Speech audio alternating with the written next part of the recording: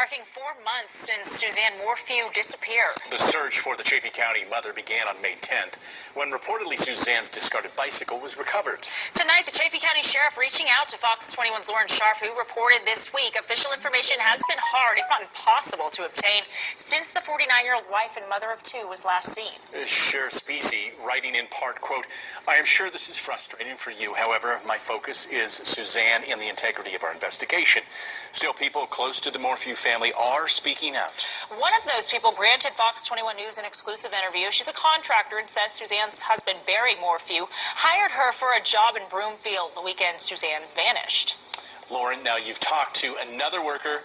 Why is this woman now speaking up? Her name is Morgan Gentile, and during our 1.5-hour interview, she backed up claims made by Jeffrey Puckett. She says this case has broken up her family, forced her to relocate, and is keeping her from finding a job.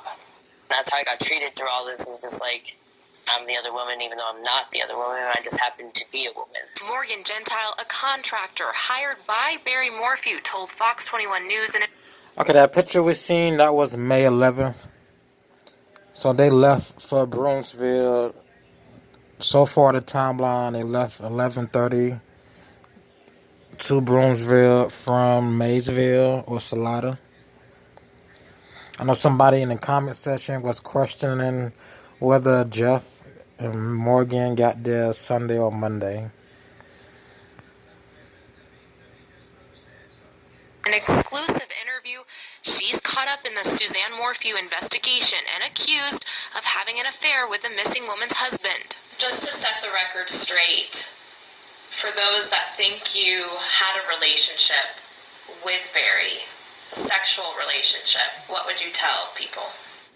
Well, I would tell them absolutely no. Barry denied the accusation as well. Everybody's out there saying, oh, he's got a girlfriend and he's having affairs.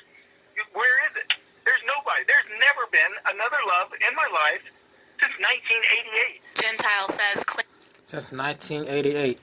Okay, Miss Rainbow Rambling left a post under Lauren Sharf, new video about this case. So one of her posts was, "I am undecided until there is an arrest, trial, and verdict.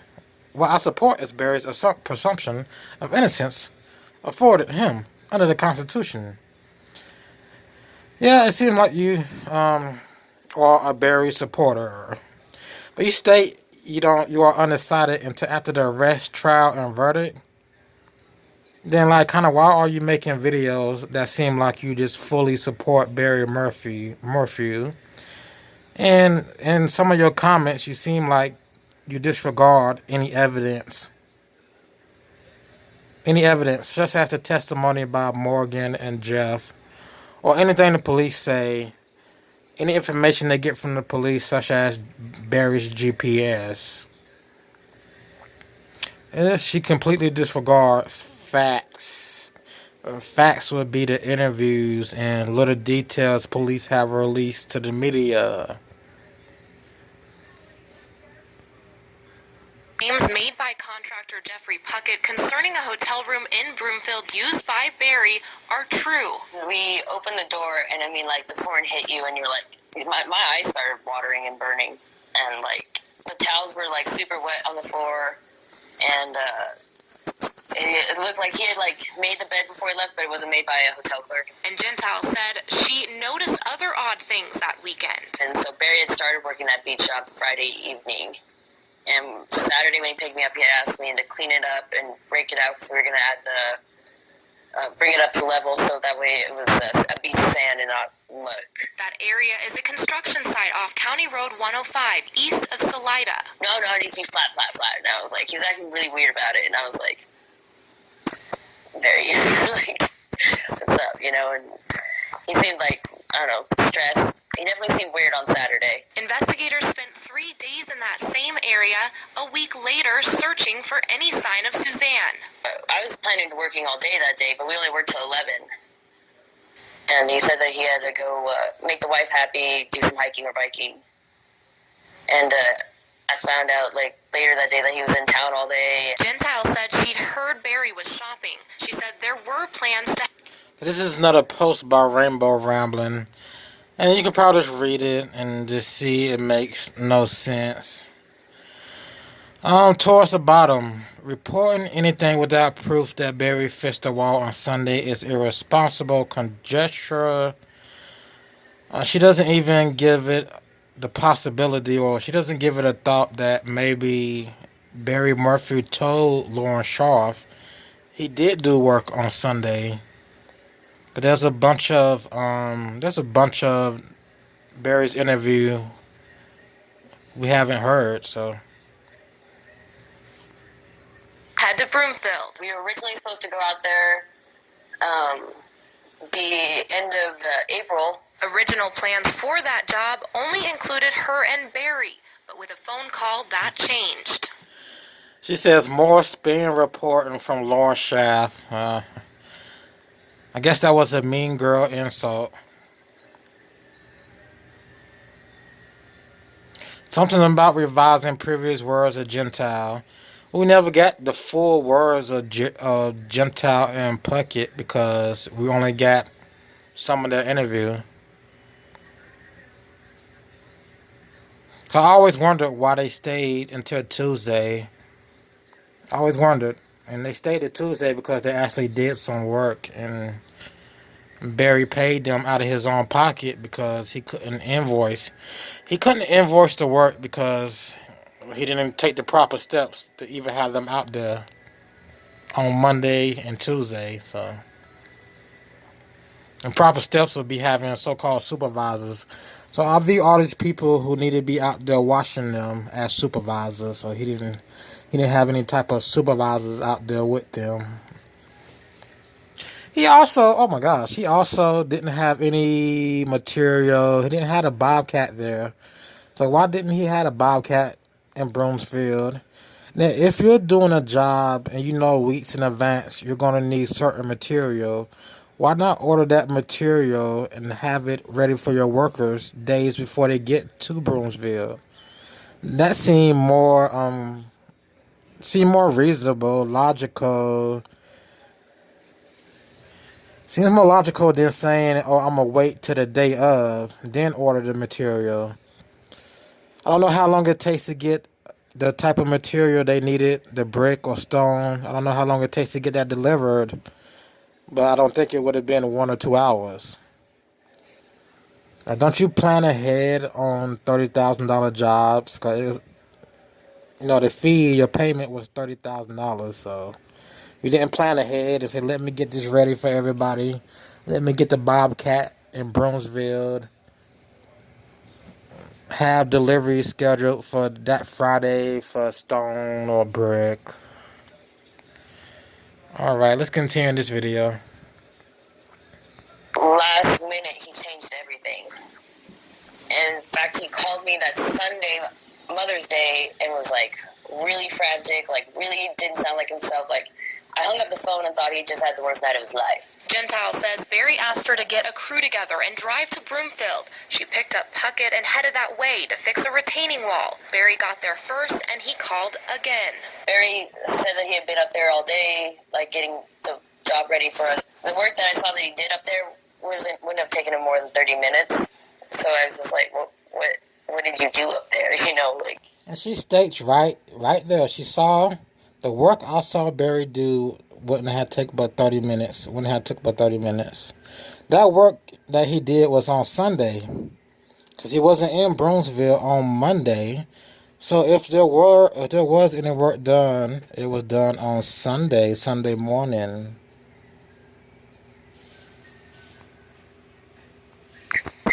But he said he was leaving. There was a family emergency. Her crew didn't have the right equipment, although Barry had left some tools behind in a hotel cart. It looked like Barry emptied out his truck bed, is what it looked like. Like, all kinds of stuff that we didn't need to do a retaining wall with. So they waited for further instruction.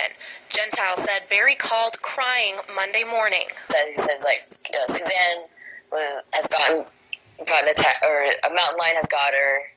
We're heading up the mountain. We're going to go find what we can. We're going to go find her.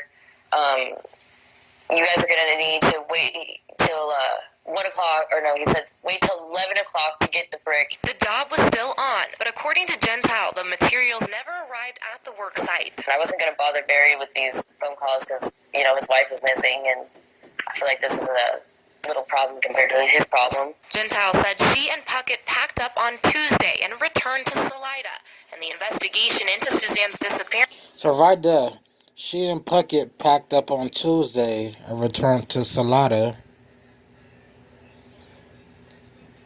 Get what I'm saying? So in this old interview, they didn't state they had worked Monday and Tuesday. See, Lauren didn't state, Morgan and Jeff didn't state, because that wasn't part of the interview we got.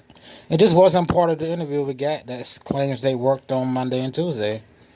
And we didn't get the pictures of them working, and we didn't get the claims of them working on Monday and Tuesday. Was well underway. She remembers being approached by two men, a friend of Barry's and one of his family members, who told her, "We would give you your paycheck, but we don't want it to look like hush-hush money." And they're like, "You have rights, but you don't have to give CBI your phone." And that's where the 4 a.m. thing come into place. Like, it just throws Barry's alibi off about being at home at 5. And I see why they paid her, because she did do work. I always wondered, well, why did she get paid if she didn't do work? Well, turns out, yes, they did do work. And that's why they stayed there till Tuesday and didn't leave Sunday or Monday morning. Tile says she did cooperate with most of what investigators asked. She says she interviewed with them 5 times and turned over her phone, but she declined a polygraph. I know my rights, and I was like, I don't have anything on. Days later, she says she heard from Barry again through text. She's a meth head too, just like Jeff. She is mad at me because I fired her and don't let her work for me anymore. She's a meth head too, just like Jeff. All right. She's mad. So they're not going to say anything good about me. No, he fired me, I think, just because I gave up my phone and wasn't staying quiet. I was, you know, being compliant with CBI and them. Gentile says the experience scared her. I feel like if he was innocent, he would have, like, talked to me, you know? Like, I worked with him every day for a long time. I feel like I'm scared of Barry. I felt like if he was innocent, he would, like, talk to me. Because I worked with Barry every day. I felt like if he was innocent, he would just talk to me. And not call me a meth head and not fire me.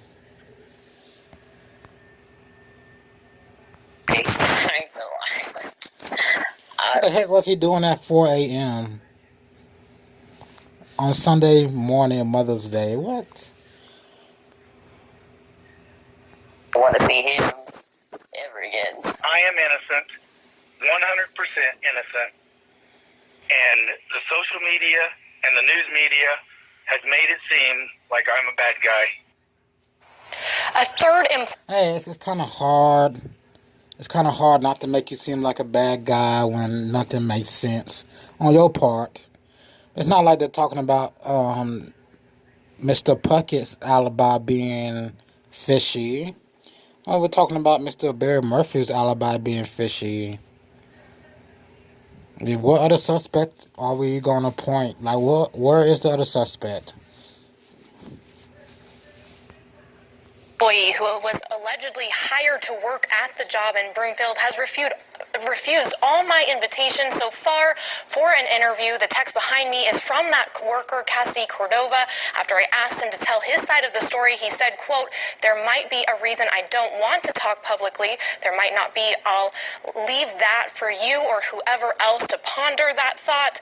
At this time, there is no named person of interest in this investigation. Still no word from the sheriff if his department will be joining the upcoming search to find Suzanne starting September 24th, led by her brother, Andy Mormon." Okay, that search came and gone. Okay, I'm going to get ready to get up out of here. Miss Brandy made a post. I guess she doesn't understand how reporting works. I mean, Lauren could post whatever she finds through her investigation. She can post it to her channel or whatever. It's called freedom of press, freedom of speech, freedom of press. Let's continue. Now, in her new video, she states something about the retaining wall, there being a trench. I know people are thinking, well, maybe Suzanne is buried at the retaining wall. But that trench she spoke of was like 1 feet deep and like 2 feet wide. I mean, a body's not going to fit not that shallow grave, 1 foot deep, 2 feet wide. If she was in a cooler, if Miss Suzanne Murphy's body was in a cooler, it would probably be 5 feet underground, you know. Okay, but I just don't believe Suzanne's body is at that retaining wall. It just sounds too convenient. This sounds too convenient. She would be at that wall. All right. I ain't gonna get too much into that. We're gonna see what else information come out, because it's too convenient, yo. She was at the wall all this time. I know the police in Broomfield didn't check the wall. Nobody bothered to go by the wall and send some dogs, get a scent. But again, I don't believe there's a body out there. This seemed too convenient. Like, what tools would he use besides just a shovel? And maybe it'll take 2 hours to dig a grave. Just a shovel. But if he only did 30 minutes of work, it looked like, I don't think it took 30 minutes. I think it would take longer than 30 minutes to bury a body, whether it's in a bag or in a cooler. I think it takes more than 30 minutes to dig and bury a body. And he had no bobcat, so I'm going to leave my last thought on that right there. He had no bobcat. I mean, he had no tools to bury a body. All right. This has been Awkward Occurrence or Awkward Entertainment, and I will see you in the next video.